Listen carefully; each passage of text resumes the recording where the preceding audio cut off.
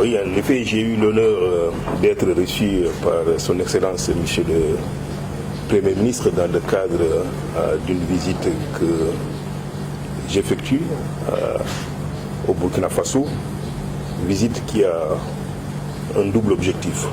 Le premier, c'est vraiment d'exprimer en tant qu'institution, la Banque mondiale, notre solidarité avec le Burkina Faso qui fait face à des épreuves très difficiles à cause de la crise sur le plan sécuritaire et ses ramifications sur le plan humanitaire, mais en même temps qui subit de plein fouet les impacts des crises que le monde connaît, la guerre en Ukraine, la pandémie dont les conséquences n'ont pas encore totalement disparu, en tant que pays sahélien également, les effets du changement climatique qui sont là.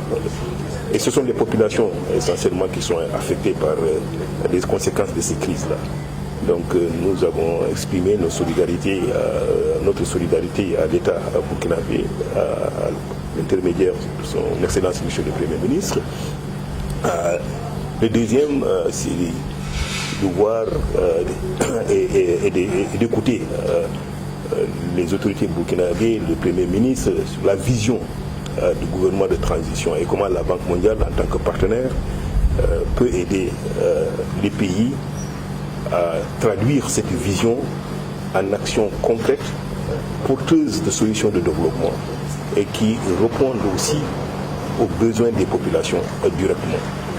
Donc le Premier ministre, par rapport à ces deux questions, a donné des réponses très claires, très pertinentes, et donc nous partons convaincus que malgré les difficultés du moment, avec une telle vision et dans le cadre d'un partenariat qui lui l'a qualifié de gagnant-gagnant comme étant son objectif, nous pouvons certainement faire plus et mieux encore ici au Burkina Faso et avec le Burkina. Le pays a des propositions et nous soutenons les propositions des pays. Vous savez, récemment, le Burkina Faso a adopté le plan d'action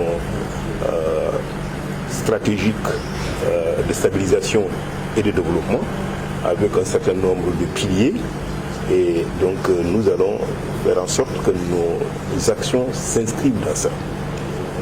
Mais aujourd'hui aussi il y a les défis liés à la satisfaction des besoins des populations déplacées dont le nombre s'accroît. Plus de 2 millions d'habitants, des enfants qui ne partent pas à l'école parce que les écoles sont fermées, des personnes qui ont des difficultés d'avoir accès à l'essentiel, la santé, parce que les centres de santé sont fermés au fonctionnement suffisamment. L'insécurité alimentaire est là. Et donc ça, c'est des priorités urgentes.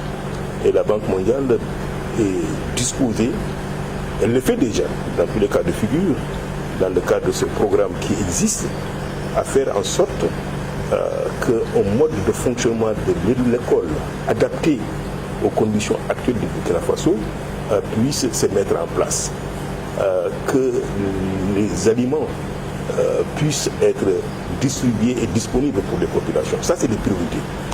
Mais le Burkina Faso est un pays en voie de développement également. Donc, tout en répondant aux défis humanitaires, il ne faut pas perdre de vue la nécessité de financer, et le Premier ministre l'a dit de manière très claire, des financements structurants en faveur des secteurs qui sont porteurs de développement, la maîtrise de l'eau, le développement de l'agriculture, ainsi de suite, l'industrialisation aussi de l'agriculture pour permettre, n'est-ce pas, à créer beaucoup plus d'emplois. C'est également des questions qui ont été posées à nous, sur lesquelles, en tout cas, le Burkina Faso entend travailler, et il a demandé l'appui de la Banque mondiale, et nous nous sommes dit que nous allons continuer à discuter justement pour que nous soyons présents dans la mise en œuvre de ces priorités de développement également que le Premier ministre a partagé avec nous.